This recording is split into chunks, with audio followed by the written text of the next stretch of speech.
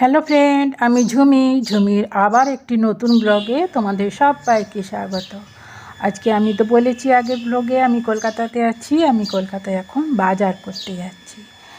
চলো বন্ধুরা, তোমাদেরকে তাহলে দেখাই আমি বাজারকে কি কিনবো আর কোথায় কিভাবে বাজারে যাচ্ছি। আমি তো এখানে থাকি সুলেখা মোড়ে। তো চলো।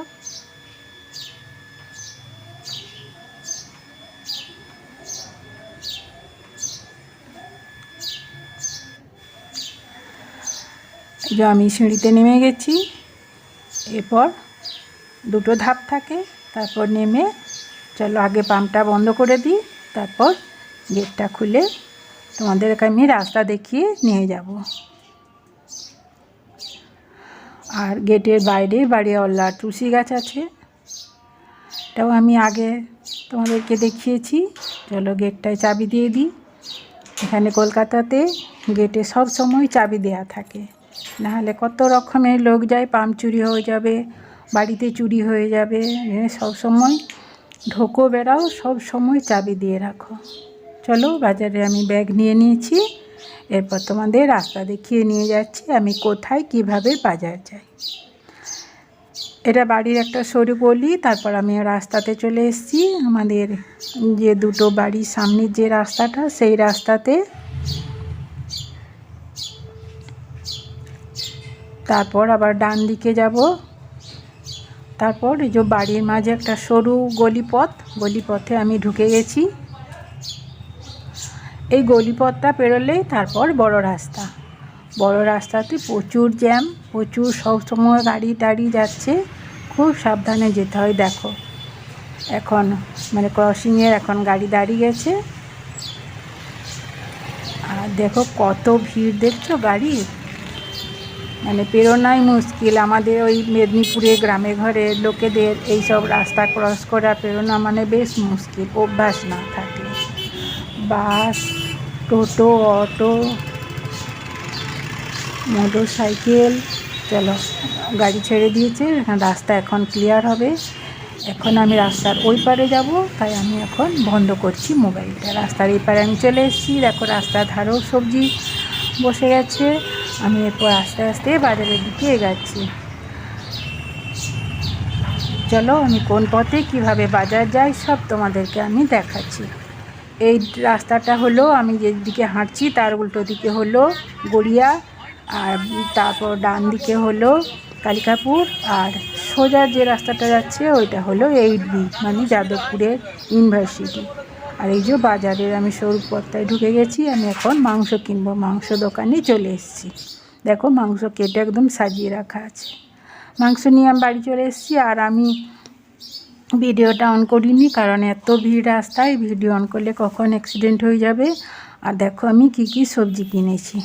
এখানে কুমড়ো নিয়েছি, ধনে পাতা নিয়েছি, তারপর আরও দেখো কত কি সবজি নিয়েছি।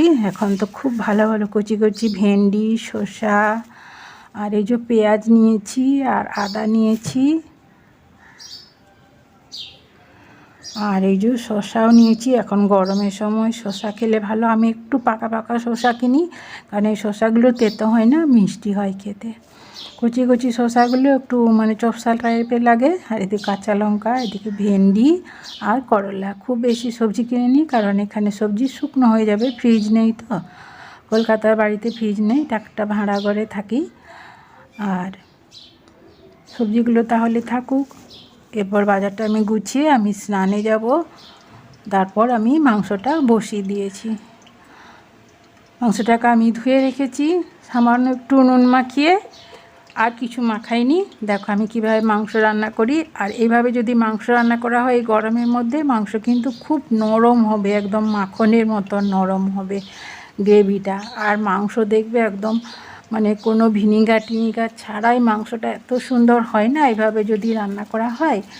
তোমরা দেখবে বাড়িতে যদি ছোট বাচ্চা থাকে, এইভাবে মাংস রান্না করে দেবে, দেখবে ওরা সুন্দরভাবে খেয়ে নেবে। এত সুন্দর মাংসটা রান্না হয়ে যায়। আমি দেখো জিরা দিয়ে দিয়েছি, তেজপাতা দিয়ে দিয়েছি, লঙ্কা দিয়েছি। আর এখানে যে আমাদের যে বড় ডাবুগুলো থাকে, সেই ডাবুর 2 ডাবু আমি তেল দিয়েছি। মাংসটা আমার আছে 700 মাংসর মধ্যে আমি এখানে 7খানা পেঁয়াজ নিয়ে নিয়েছি। একটু পেঁয়াজটা দিতে হয়, তাহলে মাংসটা ভালো লাগে। আর পেঁয়াজ এখানে তো শিলও নেই, মিক্সিও নেই, তাই দেখো পেঁয়াজটাকে আমি একদম কুচি কুচি করে কেটে নিয়েছি। 7খানা পেঁয়াজ দিয়ে দিয়েছি আমি। এবার প্রথমে আমি পেঁয়াজটাকে তেলের মধ্যে মিশিয়ে এটা নরম করে নেব। এখানে কোনো বাটা মশলা তো দেওয়াই যাচ্ছে না, তাই আমি সব কুচি কুচি করে দিয়ে রান্না করব। কিন্তু দেখবে গ্রেভিটা কত সুন্দর, একদম নরম আর একদম বাটা মশলার মতন হয়ে যাবে। তোমরা দেখো মাংসটা আমি কেমন করে রান্না করি। প্রথমে আমি তেলের সাথে পেঁয়াজটাকে ভেজে, মানে তেলের মধ্যে পেঁয়াজটাকে আমি সেদ্ধ করে নেব। একটু ঢাকা দিয়ে দিলে পেঁয়াজ থেকে জল ছাড়তে শুরু করবে আর সুন্দরভাবে পেঁয়াজটা নরম হয়ে যাবে। যেসব বন্ধুরা নতুন রান্না শিখছো তারা এইভাবে রান্না করে দেখবে, মানে কাটাকাটি বাটাবাটি ঝামেলা ছাড়াই সুন্দরভাবে মাংস রান্না হয়ে যাবে। এটা আমি দেখো 2 মিনিটের জন্য রেখে দিচ্ছি। 2 মিনিট পরে আমি ফিরে এলাম। দেখো পেঁয়াজটা কিন্তু নরম হয়ে গেছে, দেখেছো পেঁয়াজটা কত সুন্দর নরম হয়ে গেছে আর পেঁয়াজটাকে জল ছাড়তেও শুরু করে দিয়েছে। আমি তেলের সাথে আবারও ভালো করে মিশিয়ে নিলাম। তারপর এটাকে আমি সাইডে সরিয়ে দিচ্ছি, তাহলে অতিরিক্ত যে তেলটা আছে সেটা সাইডে চলে এলো। এবার 1 চামচ আদা কোড়া দিয়ে দিলাম। যে কুড়ুনিগুলো থাকে না, কুড়ুনিগুলো তো আর তেমন সমস্যা নেই, কুড়ুনিগুলো সব জায়গায় পাওয়া যায়। কুড়ুনিটা একটা কিনে রেখে দিয়েছি, সেই কুড়ুনি করে কুড়ে আমি দিয়ে দিয়েছি 1 ইঞ্চি আদা। আর এখানে একদম 15খানা মানে রসুনের কোয়াকে ছাড়িয়ে আমি কুচি করে দিয়ে দিয়েছি। আর এখানে 10খানা লঙ্কা দিয়ে দিয়েছি। মানে মাংস একটু ঝাল ঝাল না হলে হয় না, কিন্তু এতে খুব কাঁচা লঙ্কাতে এমন কিছু ঝাল লাগবে না। আর 1 মুঠো ধনে পাতা কুচি দিয়ে দিয়েছি। দিয়ে দেখো আমি তেলের মধ্যে আবার সব ভালো করে মাখিয়ে নিচ্ছি। এরপরে রাতে গলে যায়, তার জন্য আমি নুন হলুদ দিয়ে দেবো। মাংসতে আমি খুব সামান্য একটু নুন মাখিয়ে রেখেছি, কিন্তু হলুদ টলুদ কিছুই দিইনি। এখানে হলুদ দিয়ে দিলাম 2 চামচ। এরপর দিয়ে দেবো গরম মশলা গুঁড়ো, তারপরে জিরার গুঁড়ো, ধনে গুঁড়ো দেবো না, কারণ ধনে পাতা দিয়েছি আর ধনে গুঁড়ো দেবো না। আর দেবো গোলমরিচের গুঁড়ো। মাংস কিংবা মাছে দেখবে একটু গোলমরিচের গুঁড়ো দিলে কিন্তু তার স্বাদটা ভালো হয়, আস্তে গন্ধটা কিন্তু চলে যায়। জিরা গুঁড়ো দিয়ে দিলাম 1 চামচ। দিয়ে এরপরে মশলাটা আমি আবার তেলের সঙ্গে খুব ভালো করে মিশিয়ে নিচ্ছি। এরপর আমি একটা টমেটোকে ওই কুড়ুনি করে কুড়ে আমি দিয়ে দেবো। দিলে একটা সুন্দর লাল কালার চলে আসবে। এখন টমেটোগুলো দারুণ কালার হচ্ছে। এখানে দেখো আমি লঙ্কা গুঁড়ো দেবো না আর কাশ্মীরি লঙ্কার গুঁড়োও দেবো না। এই গরমের মধ্যে ওই লঙ্কার গুঁড়ো কাশ্মীরি লঙ্কার গুঁড়ো খেলে আর পেটে আর দেখতে হবে না। দেখো আমি টমেটো দিতে কেমন লাল হয়ে গেছে, দেখছো কালারটা কত সুন্দর চলে এসছে। আমি 2টা টমেটোকে কুড়ুনি করে কুড়ে দিয়ে দিয়েছি। আর দেখো এটা আমি আরও 5 মিনিট কিন্তু রান্না করে নিয়েছি।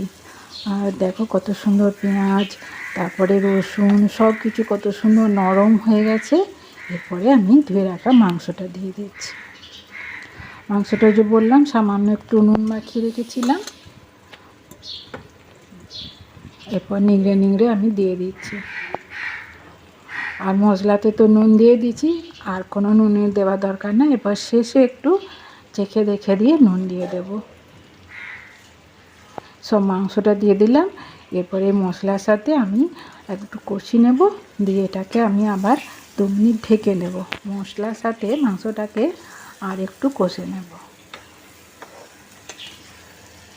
যেসব বন্ধুরা আমার এই ব্লগ চ্যানেলটি দেখছো তাদেরকে বলি যে আমার চ্যানেলটিকে সাবস্ক্রাইব করে দিও। আমার এটা নতুন চ্যানেল, মাত্র 35টি সাবস্ক্রাইবার হয়েছে। আর তোমরা আমাকে একটু সাবস্ক্রাইব করে দিও আর একটা লাইক দিয়ে দিও, তাহলে আমার ভিডিওটা এগিয়ে যাবে। তোমরা তো জানো লাইকের উপরে নির্ভর করে ভিডিওকে এগিয়ে যেতে। আর তোমাদের একটা সুন্দর মতামত দিও, তাহলে আমি আরও নতুন নতুন ভিডিও দেখাতে উৎসাহ পাবো। দেখো আমি খুব ভালো করে মাখিয়ে নিয়েছি। এরপর এটাকে আমি আরও 5 মিনিট রান্না করে নেব। এর মধ্যে আমি স্নানটাও সেরে নিয়েছি। এখন তো বাইরে খুবই গরম যাচ্ছে, একদম বাজার যাওয়া মানে ঘেমে নিয়ে একাকার অবস্থা। আর এই সময় একটু লেবু জল খেলে ভালো, এখন লেবুরও খুব দাম। এখন 20 টাকায় 3টা লেবু।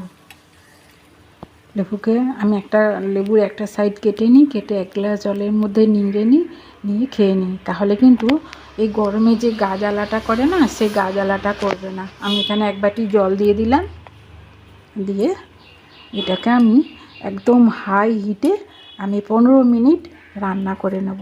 আর যে ঢাকার মধ্যে যে ছিদ্রটা থাকে, সেটাকে আমি শালপাতা দিয়ে বন্ধ করে দিয়েছিলাম। দিয়ে এটাকে আমি একদম 15 মিনিট রান্না করেছি। তারপর ঢাকাটা খুলে আরও 10 মিনিট রান্না করেছি। তাহলে হলো 20 মিনিট, 25 মিনিট এটাকে আমি সেদ্ধ করে নেব। 25 মিনিট পরে আমি ফিরে আসছি। আর তার মাঝে আমি 2টা কাঁচা লঙ্কা দিয়ে দিয়েছি। কারো যদি বেশি ঝাল খেতে ভালো লাগে, দেখো সুন্দর মাংসটা হয়ে গেছে। আর তোমাদের আমি দেখাচ্ছি, দেখো কত সুন্দর মাংসটা সেদ্ধ হয়েছে।